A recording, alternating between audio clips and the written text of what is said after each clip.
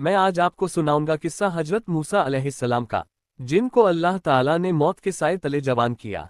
नुजूमियों ने बताया कि बनी इज़राइल में एक लड़का पैदा होगा जो तेरी हुकूमत को हिला कर रख देगा।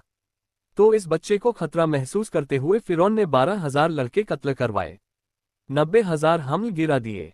तो जनाब, अगर चैनल पर नए हैं तो चैनल को सब्सक्राइब करके नोटिफिकेशन को ऑन कर दीजिएगा, ताकि आपको कायनात के बेहतरीन लोगों का किस्सा सुनने का मौका मिलता रहे। तो सुनिए किस्सा हजरत मूसा अलैहिस्सलाम का। आपका जिक्र कुरान मजीद में 38 मकामात पर आया है। हजरत मूसा का नसब नामा। हजरत मूसा बिन इमरान बिन कामत बिन लावी बिन हजरत याकूब बिन हजरत इसहाक बिन हजरत इब्राहीम अलैहिस्सलाम। आपकी वालिदा माजिदा का नाम तफसीर कशफुर रहमान ने या रखा या यारक बताया है, और रूह अल मानी में यूखान या लहियाना बिन यमद बिन लावी है, और बाज़ लोगों ने यूका भी बताया है। मालूम हुआ कि इन 5 नामों में से एक होगा यारखा, यारख्त, यूखान, लहियाना, यूका। बनी इज़राइल। हजरत याकूब अलैहिस्सलाम का दूसरा नाम इज़राइल था। आपके 12 बेटे थे। इनकी औलाद को बनी इज़राइल कहा जाता था। पहले तो ये लोग कनान में आबाद थे, फिर हजरत यूसुफ अलैहिस्सलाम के वाक़या के बाद मिस्र में जा बसे। इसी तरह बनी इज़राइल मिस्र में फले फूले और लाखों की तादाद तक पहुंच गए। हजरत यूसुफ अलैहिस्सलाम के दौर का बादशाह मिस्र रयान बिन वलीद, जो आपके हाथों मुसलमान हुआ था, जब उसका इंतकाल हुआ तो मिस्र का नज़्म व नस्क यूसुफ अलैहिस्सलाम के हाथ आ गया।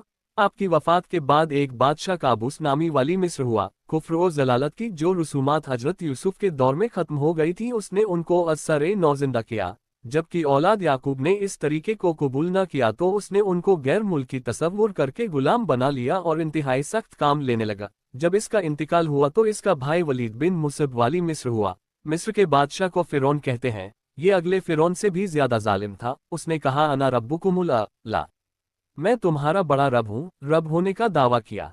तफसीर अजीजी में मज़कूर है कि उसने ये अहकाम जारी किए कि अदना से ला तक तमाम रह या मुझे सजा करे। चुनांचे हामान ने सबसे पहले उसे सजा किया, फिर और वजीरों ने और सरदारों ने सजा किया, और जो लोग दूर दराज रहते थे उनके लिए अपने सोने के मुजस्मे बनवाए। उनके नीचे हाथी के दांत, आबनूस और चांदी के तख्त रखे, और उनके आसपास सुनहरी दरख्त जड़वाए, और उनकी पत्तियां ज़ुमुर्रद की तैयार कराईं, और चांदी से परिंदे तैयार करा के उनकी चोंच में जवाहर देकर दरख्तों की हर शाख पर इस तरह बिठा दिए थे। और हर जानवर में ऐसी तरकीब रखी थी कि जिस वक्त भी खादिम इस तख्त को हरकत देते तो उनके पेट में से ये आवाज़ निकलती कि ऐ मिस्र के लोगों, फिरौन तुम्हारा खुदा है, इसको सजा करो। इस आवाज़ को सुनकर हर कबीले और गांव वाले इस मूर्ति के आगे सजा रेज होते, लेकिन बनी इज़राइल इससे बाज रहे। फिरौन ने उनके सरदारों को बुलाकर तंबीह की और उनको कहा कि तुम मुझे सजा करते हो और न मेरी तस्वीरों को मालूम होता है कि तुम अपनी जिंदगी से बेजार हो।